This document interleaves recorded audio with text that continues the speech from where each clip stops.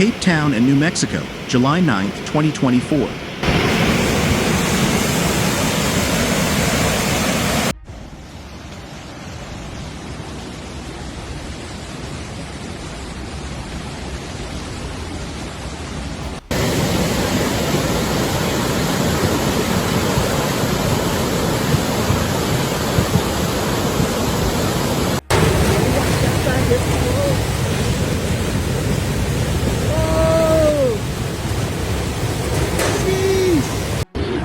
Está el señor adentro, Turi.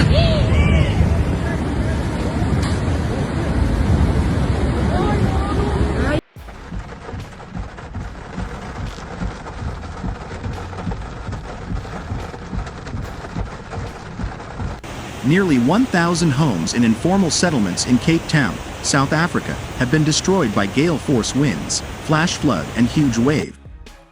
Displacing around 4,000 people, authorities and an aid organization said as the city braces for a week of damaging storms. That's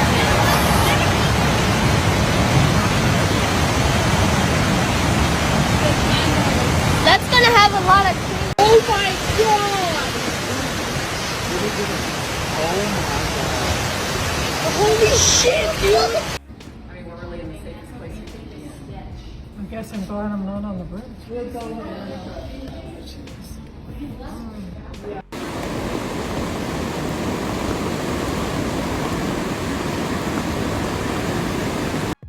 South African weather authorities said Monday that Cape Town and surrounding areas are expected to be hit by multiple cold fronts until at least Friday, bringing torrential rain, strong winds, flooding, and possible mudslides. City authorities also warned of storm surges and high waves along the coastline and asked people to stay away from the beachfront.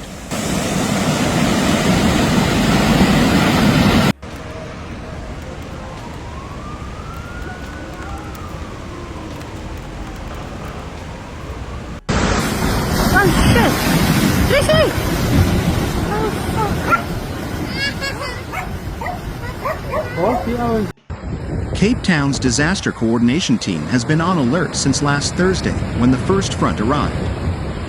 Thousands have been displaced in the township of Khayelitsha on the outskirts of Cape Town after strong winds and storm surge destroyed homes and other structures.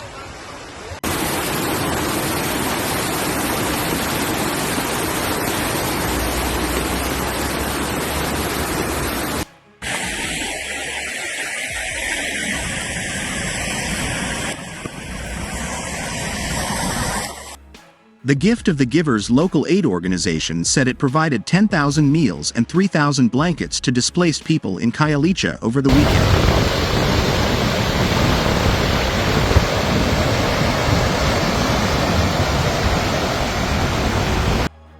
Other areas have been flooded and the weather has caused power outages in more than 30 suburbs, the city said. It said it is monitoring dam levels to ensure they don't overflow and would consider a controlled release of some water with more heavy rain expected this week.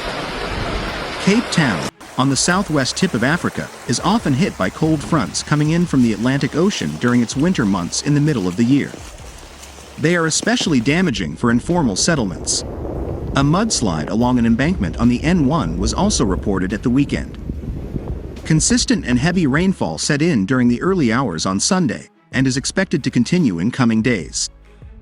Smith said the roads department was conducting an inspection in Kalk Bay to check for additional effects after 2 mudslides there earlier in the week. The National Weather Service says heavy rain and flash flooding is already occurring in the South Fork fire burn scar, prompting the emergency in Upper Canyon and Brady Canyon areas. The Village of Ruidoso has issued evacuation orders for Cedar Creek, Upper Canyon, Brady Canyon, areas along the Rio Ruidoso, and Paradise Canyon due to the flooding. Currently, all bridge crossings in Ruidoso are closed due to flooding.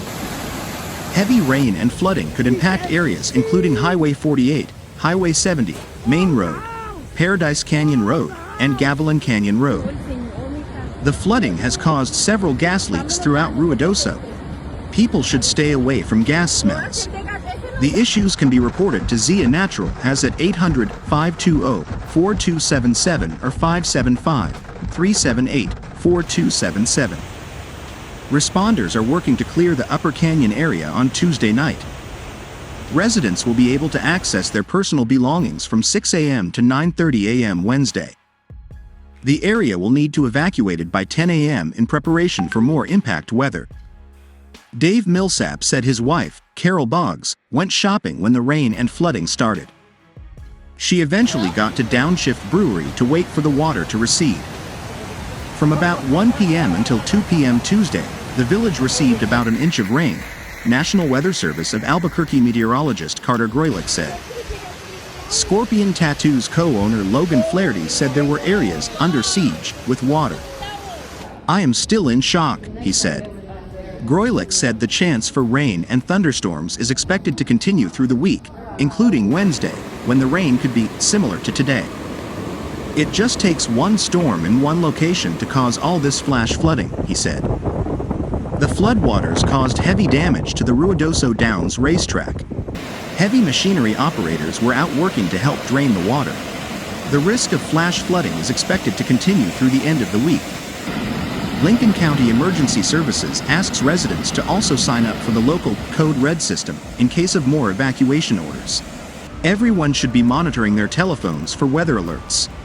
Keep their heads on a swivel, watching for storm clouds, and if the storms come in, they need to get to higher ground as quickly as possible, says Scales. The increase in carbon emissions has caused a rise in global temperature, a key driver of climate change. In the past 2 years, and 2024 in particular, temperatures have reached record highs. The number and severity of extreme weather events and associated damage and losses from these have increased worldwide. Human-induced climate change and climate variability have played a part in the increase in these extreme weather events. In southern Africa and South Africa, the coastal areas have borne the brunt of extreme weather events. Coastal tourism has been hard shocked by sea storms, tropical cyclones, heat waves, rising sea levels, rough seas, cutoff lows, wildfires, coastal and fluvial flooding, where rivers burst their banks.